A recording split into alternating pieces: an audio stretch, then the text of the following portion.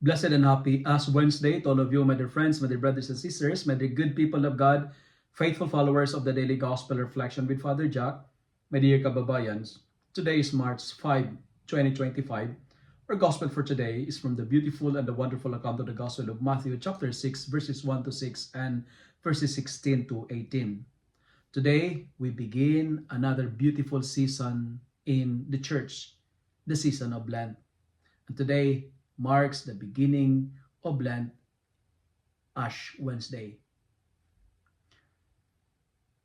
What's the significance of Ash? Ash is a reminder of our mortality. It means we are not immortals. We don't live here on earth forever. We don't stay here. We are just a pilgrims traveling on a journey. We have an expiration date like medicines. One day, we will die. We are dusts, and unto dusts we shall return. Since we are temporary, since we have expiration date, by the way, the Bible says, Psalm 90 verse 10, it says that the lifespan of a man is 70, 80 for those who are strong. Since we are temporary, the goal of Lent is the conversion of heart. In our first reading, it says, return to the Lord. In our second reading for today, we are reminded to be reconciled to God. My dear friends, my dear brothers and sisters, our life is very short. Therefore, let us not delay our conversion. Let us not postpone our renewal. Return to the Lord. My dear friends, the challenge is this.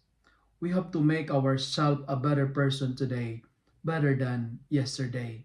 Conversion means not to repeat the same mistakes again and again. Don't do it again. Make the rest of your life the best of your life. Life is short. Make it sacred. Life is like an ice cream. Enjoy it before it melts by spending doing what is good. Lent is a past tense of lend, meaning to say, we are reminded today as we start with this beautiful season of Lent that our life is not ours. We owe it from God. Our life is borrowed from God. We are from God.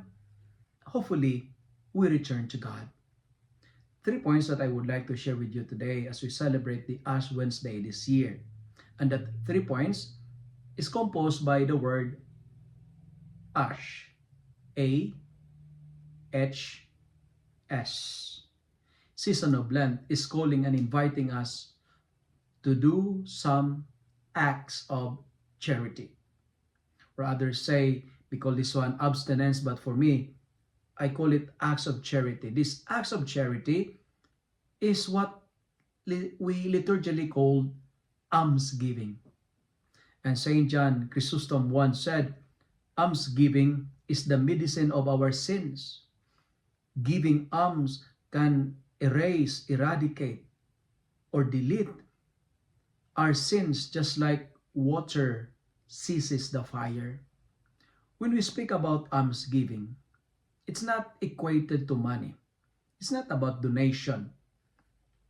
If you give something, you don't need, if you give something you don't need, it is not almsgiving. It is just a professional way or a decent way of throwing what you don't like, throwing your things that you don't need.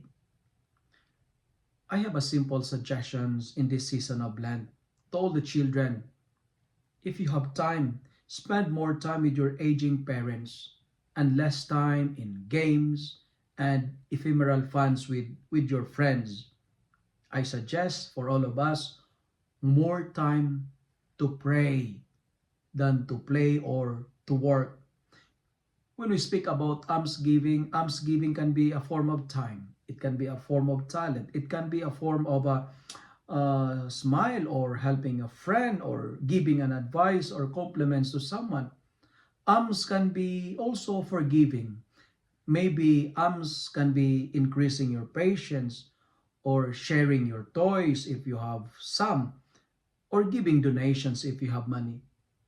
That's A stands for we are encouraged to do some acts of charity, and I called it alms giving.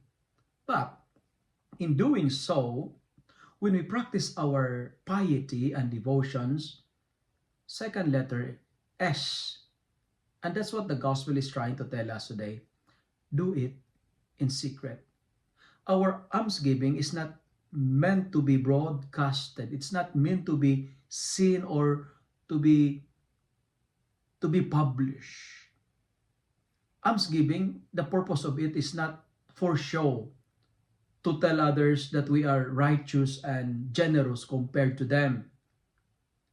Give, but avoid being recognized. Give, but avoid being rewarded by compliments, certificate of appreciation, or applauses. Do it for a cause, not for an applause. Do it with intention, not to seek attention. The gospel says, do not let your left hand knows what your right hand is doing. When you give, especially when you give alms, do it in secret. And finally, the third point and the third letter on the word ash is letter H. It means when giving an alms, do it secretly, because secretly is a beautiful gesture of humility. And that letter H stands for humility. Humility, derived from the Latin word, means humus. Humus means dust, ground. It is a low importance but very solid. My dear friends, we are dusts, and unto dust we shall return. Meaning to say, be humble, because we came on this world empty-handed, and we will depart and leave this world empty-handed. We came nothing, we will depart nothing. As what Job says, naked I came from my mother's womb, and naked I shall go back again. On this season of Lent, we need to give alms, do acts of charity, but do it secretly and remain in the path of humility. My dear friends, my dear brothers and sisters, let us make ourselves a better person today, better than yesterday. How? Return to the Lord, be reconciled to God, because life is becoming better and holier. Ashes on our foreheads. You know, this is not to proclaim our holiness, but to acknowledge our sinfulness and our need of God. And the best way to run away from sins is to return to the Lord.